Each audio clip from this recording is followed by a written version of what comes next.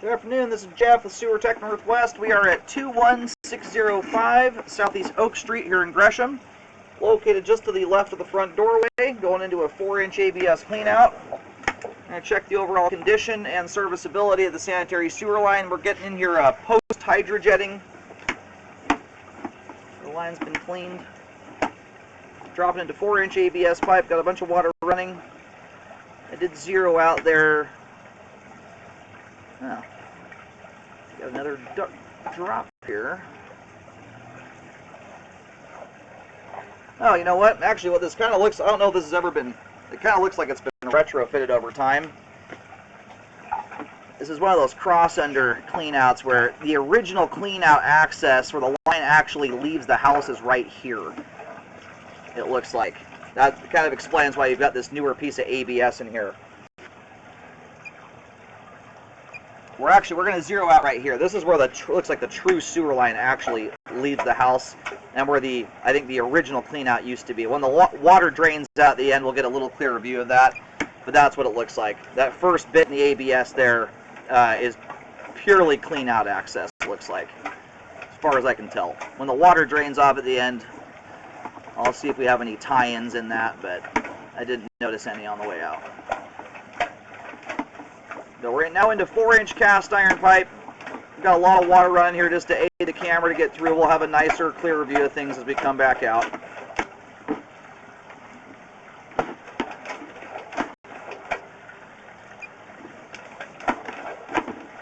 So far, water's ripping through here pretty nicely. I've got a couple fixtures and a garden hose running.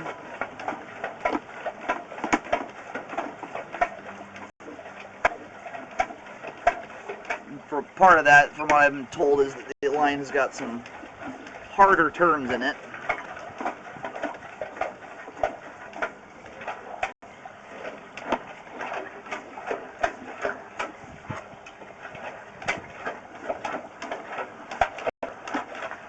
Alright, just transition there into 6-inch concrete pipe.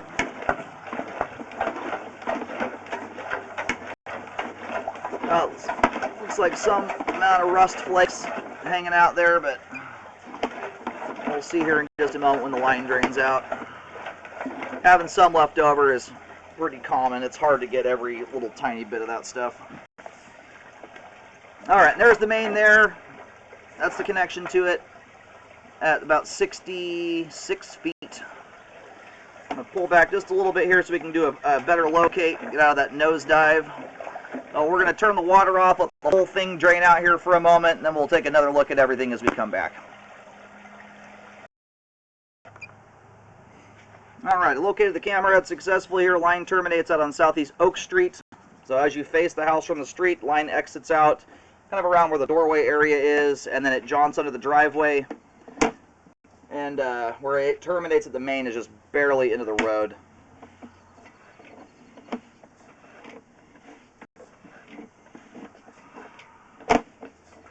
In fact, if you go out on the road and look down the street, you'll see a manhole. The main here is offset very close to this side of the street. It's kind of a nice thing, honestly.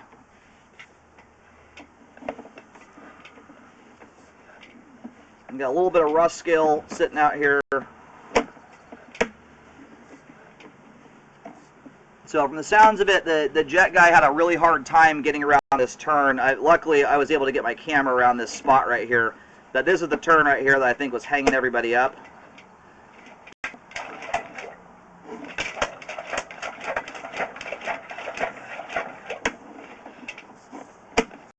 So what that is there is some rust flakes from the jetting process. I'm going to do something here really quick just to help move some of this stuff along here. Alright, just about got the line drained back off again here. I turned the water back on and moved the camera around a bit just to help kind of break things up and spread things out so the water can start moving it.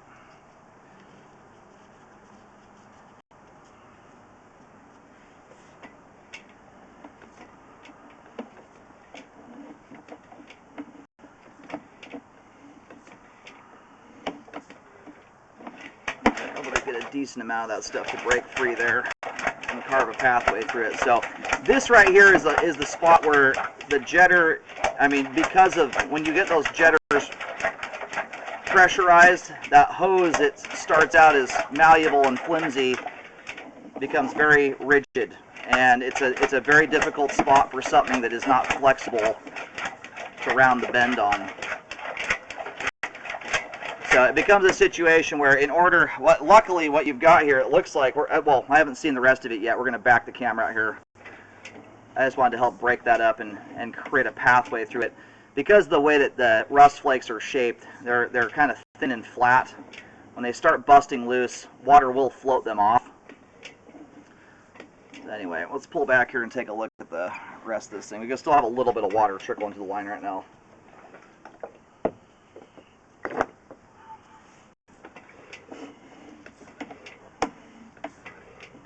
Well, that actually did a pretty nice job there when the jetter went through. This is what you hope the cast iron does look like when you're done jetting it. That smoothed that out pretty nicely.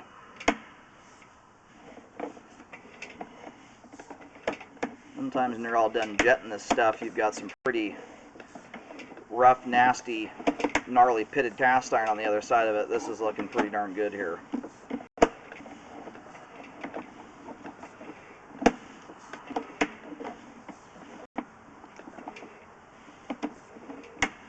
Pull back and see what all this looks like now that it's been jetted. So it looks like really what remains here as far as rust flakes go is all towards the end of the cast iron, which is out a decent distance from the house. Otherwise, you got a pretty nice result out of that jetting. So the only way, I mean, in order to jet that last bit of cast or the rust flakes out, I mean, realistically, it's going to probably require the installation of a two-way cleanout. What concerns me here, I mean, unless you want to go busting the driveway open, which to me is complete overkill. When you go and splice in a cleanout on something like this, my concern, yes, it's going to allow you to do some more jetting and get the last little bit of that rust out of there. The vast majority of it has been removed from the sewer line. You still have some remaining. My concern is in the immediate, yeah, you'll be able to jet this thing out.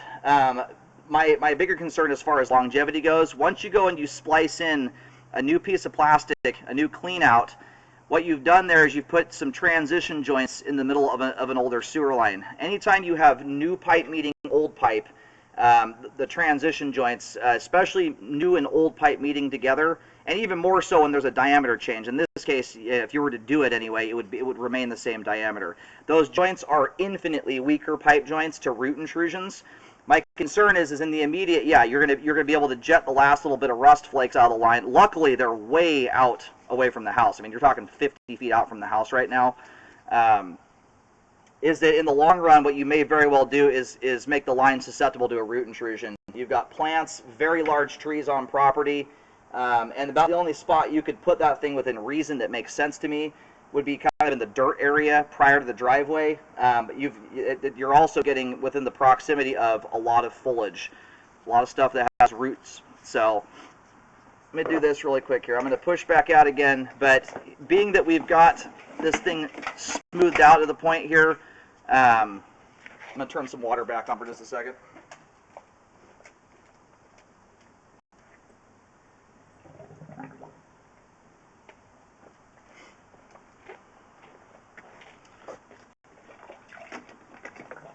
I'm just getting the hose fired back up here so I can get some water down line.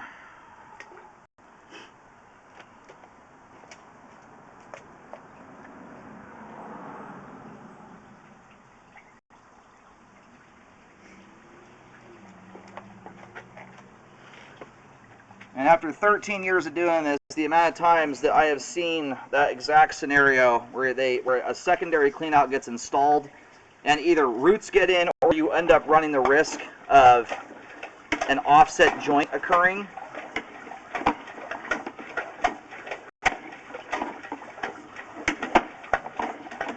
That's my concern. And to me, I'm not sure it's worth messing with, honestly. Being where this stuff is, and these rust flakes, you know, some of them may remain, but a lot of them float off on their own.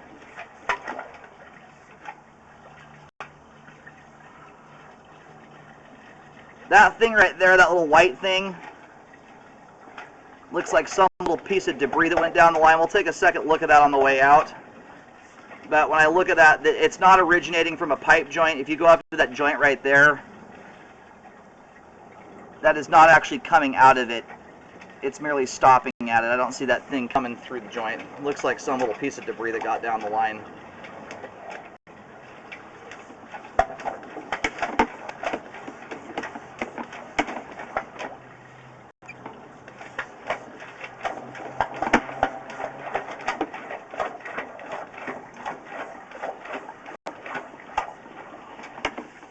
And then whatever rust flakes do exist beyond that point, they're in a dead straight piece of pipe.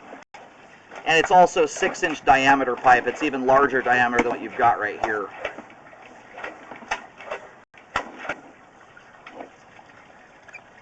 So I don't know. In my opinion, we'll let this around.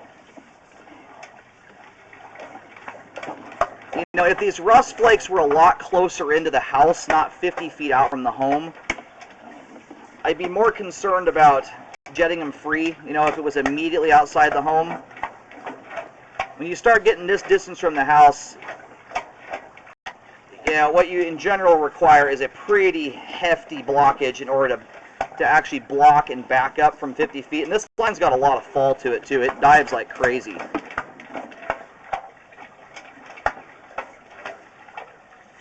In the immediate, yeah, you'll be jetting some rust flakes out, and by and large, you know, rust flakes can be problematic in the immediate until they completely spread out and float off to the main. Mostly under abusive scenarios, you know, if you're flushing massive wads of toilet paper down the line, wipes, paper towels, stuff that really should not be going down the line. At the end of the day, that's generally speaking the stuff that might have an issue trying to get through.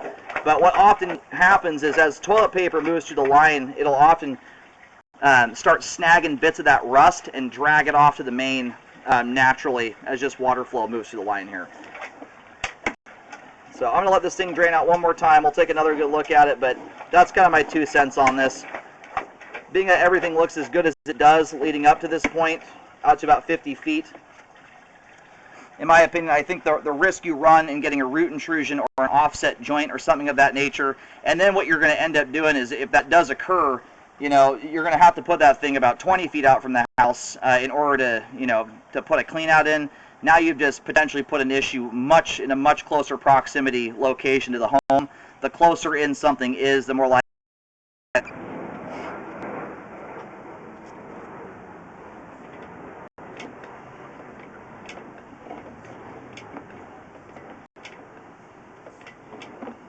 And just my camera going through this thing has cleared out a ton of that stuff. So the fact that camera is getting that stuff to move along like it is, water flow looks like it will deal with the rest of it. And anything else beyond that point, when you start getting that far out from the house, especially in 6-inch diameter concrete pipe, which is very large diameter, that stuff becomes much less meaningful. That last little back and forth I just did there just knocked out about another 50% of what was there. So anyway, that's my 2 cents on it. In my opinion, real quick here, let's take one more look at this little guy. Yeah, if you notice that little thing right there, it looks like debris stuck to the sidewall of the pipe. When you get up close to it, that little item there does not appear to be originating out of the pipe joint. And on top of that, right now we're kind of coming backwards. Roots, generally speaking, I mean, it is highly unlikely for roots to ever penetrate through the sidewall of cast iron, and if it does, they are big and hefty, gigantic roots. They're not tiny little things like that. Looks like it could be a piece of dental floss or something like that. But in order for that to have occurred, if that little item there were to actually come to the pipe joint, roots are not going to be able to grow backwards up the line. So if that were to be a point of origination there on the sidewall, you know, the very start of that little white line, there's no hole there in the sidewall of the pipe that's visible or anything, and if that were to be a root growing through the pipe joint, the water flow will push that thing down line and smash it up against the sidewall of the pipe, but the gravity and the water flow would not allow a root to grow backwards like that and stay in place. So what that looks like there is like a piece of dental floss or string or something that got down the line. And when you have laundry machines and there are households that flush dental floss down the pipe, tons of them. After 25,000 sewer scopes that I've done, the stuff that people will get down their line is comical. But it happens a lot. Cast iron is an extremely strong pipe material. For a root to go through the sidewall of the pipe like that, you would need something hefty.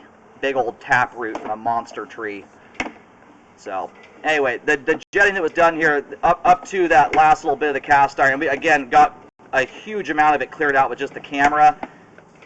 Anything beyond that point will eventually float off to the main lateral, and you're starting to get 60 feet out from the house, if not better, at that point. So that's my 2 cents on it.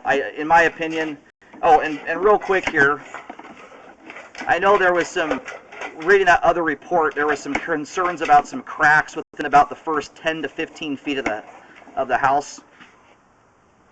And granted, I think whoever came out here originally, because a lot of the reports and or where the jetter hung up at, I think a lot of folks were putting about 60 feet down.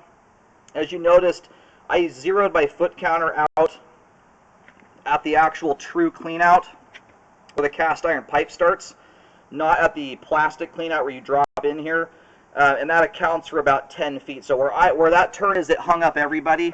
On both the jetter guy and the report I'm reading here is around the 60-foot mark. I'm hitting that about 51, 52 feet. So that's accounting for that foot counter difference there. But anyway, we've got rust flakes around 15 feet, possible crack and deterioration around 12 to 14 feet, which puts that very close. In fact, we're in the ballpark of where that's at. So I just wanted to push back out here a little ways. But considering that relative to the other people's foot counters, we would be out at around the 20-foot mark if you were going off their foot counter right now. We're zeroed out at the base of the cast iron, where it starts at. And when you get big, heavy rust flakes in cast iron, it can look like all kinds of stuff is going on. What you're actually looking at that point is merely rust. You're not actually getting a look at the true bare metal, which we are now seeing. And this looks, I mean, for its age, this is looking good here. Got the pipe smoothed out, drains off nicely. So that's my 2 cents on it, especially with the camera having the ability there to bust all that stuff free at the very end of the line. What remains there is the kind of stuff that could, theoretically lead to some issue, but under abusive scenarios. You'd have to be flushing humongous amounts of stuff down the line to cause a blockage now out at 50-plus feet. So I think the risk you run, where you'd have to realistically put that clean out where it would even make sense to do it, would be here in the dirt, and it puts you in the vicinity of all these trees. The amount of times I have seen people do that and end up with a root intrusion in one or two of those pipe joints in the following couple years is immense. And that's why a lot of these older lines, I mean, to me, it's kind of an all or nothing thing. If there was a lot more rust built up down there or something else, I'd feel a little differently. And if some of that rust was much closer into the house, I'd have a different feeling on that. My 2 cents on it at this point is that's as good as we're going to get here within reason. We have good flow all the way out to 50 feet. You do have some rust flaking out beyond that point. But as you can see with the camera going through the line there, it's busting that stuff up. And just the natural usage of water flow going through this line will help to float those things off to the main over time. Anyhow, we have adequate flow all the way out to the main lateral connection. All the cast iron pipe and concrete pipe we've just scoped here today, all of it appears to be intact in very fair condition for its age and functioning at this time.